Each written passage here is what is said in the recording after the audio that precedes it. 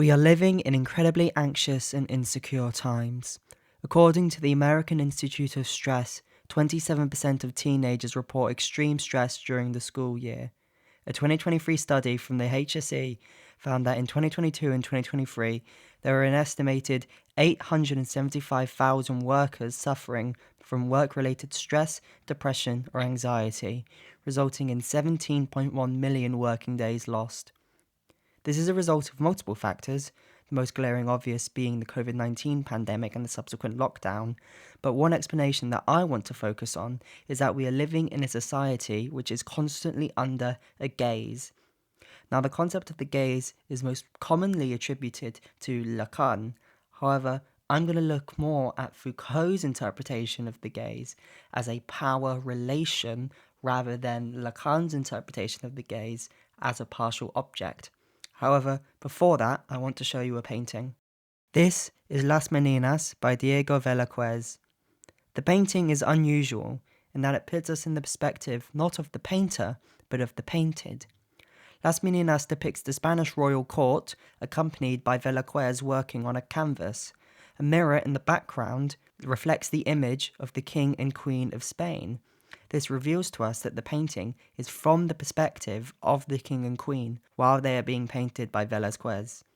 When we look at art, we act as subjects. We have agency and we can consciously observe the space around us. Art is thus an object.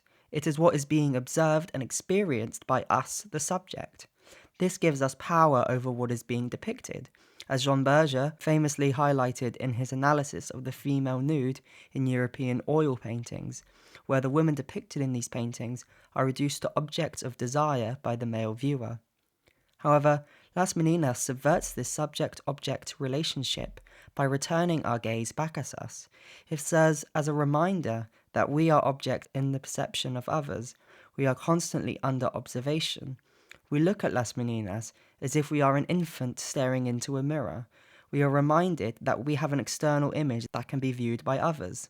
While Lacan describes the child's first contact with a mirror as a jubilant transformation where the child discovers that they have a specular image, this discovery reveals that this image is constantly being watched by others. It leads us to believe that we are a unified object in the eyes of others, just as others are unified objects in our own eyes. Yuan Long Ma puts this well. The truth is, standing before a mirror, it is not that I am seeing myself, but that the other is seeing myself. Las Meninas reinforces the knowledge that we are perceived by the other, even by what we may initially believe to be objects. This knowledge produces a fear that our abnormal or neurotic behavior may be seen by others. Thus, we regulate our behavior so that we may be seen by others as the ideal ego that we construct in the mirror. This self-regulation is what allows for language and society to function. We repress our desires in order to enter the symbolic order. We do this to appease the big other, the hypothetical, non-neurotic observer we perform for and hide from.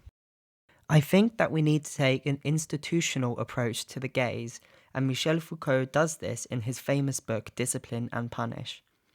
Foucault describes a transformation in technologies of power between feudal and modern society.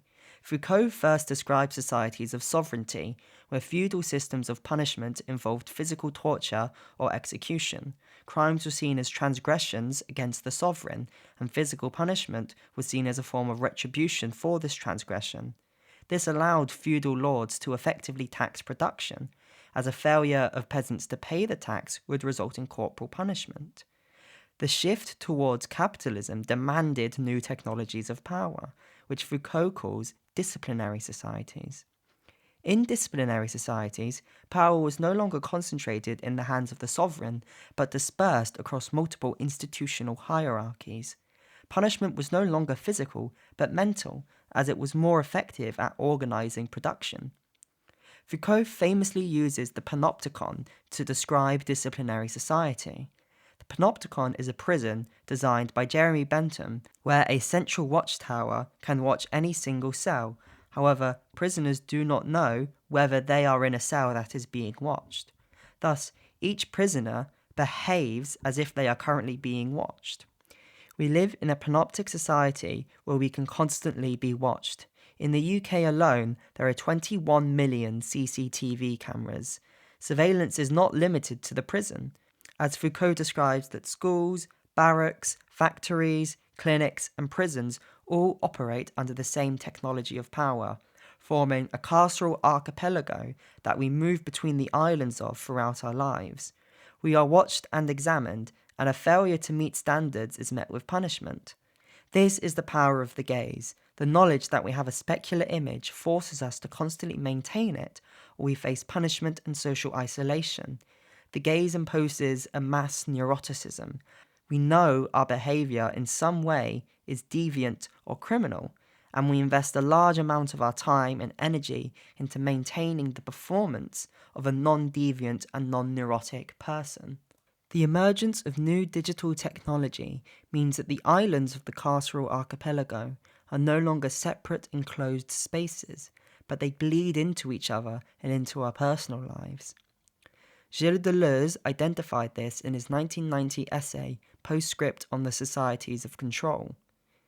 In the disciplinary societies, one was always starting again, from school to the barracks, from the barracks to the factory, while in the societies of control, one is never finished with anything. The corporation, the education system, the armed services being metastable states coexisting in one and the same modulation, like a universal system of deformation. Even when we are finished with our jobs for the day, we are expected to respond to emails or be able to go on call when we are at home or on holiday. This shift is maintained by digital technology. We no longer need someone to enclose us and watch over us. We freely hand over our information to algorithms or data centers. We can see this in the rise of actuarial justice. Algorithms now make predictions on whether someone will be a future offender based on characteristics. This, of course, has the obvious problem of profiling, highlighted in a report by Amnesty International UK that argued that police use of predictive profiling and risk assessment systems is leading to racial profiling, discrimination, and discriminatory treatment in breach of the UK's national and international human rights obligations. The gaze is no longer between persons or between a person and a signifier, but between persons and algorithms. Our movements and behaviour are tracked by algorithms, and then this data is sold to corporations and governments. Now we must return to the problem of anxiety. High rates of academic anxiety can be explained by our society's focus on the examination.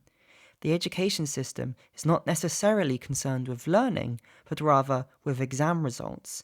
Thus, students develop high rates of anxiety as the process of examination, which itself is a moment in which we are under the gaze of the examiner, becomes a determinant in one's success in life. The result of an examination has a significant effect on one's identity. It shapes how we believe others see us. Therefore, academic anxiety can be argued to be an effect of the academic gaze of the teacher and the examiner.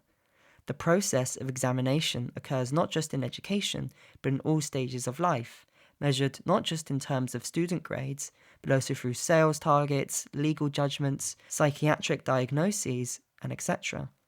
We are constantly straining to meet impossible standards. Mark Fisher coined the humorous term market Stalinism to refer to how institutions such as schools and hospitals are more concerned with meeting set targets than providing a good service. This is the impact of the examination. Our activity is constantly being measured, even if that activity cannot be measured and quantified. We are now surrounded by las meninas, by reminders that we can be seen. CCTV, GPS, social media, biometrics, medical diagnoses, psychiatric evaluation, attendance, key performance indicators. These are all ways in which we are watched and measured. The gaze is inescapable. The era of mass anxiety can thus be understood as a product of us constantly being under gaze and examination.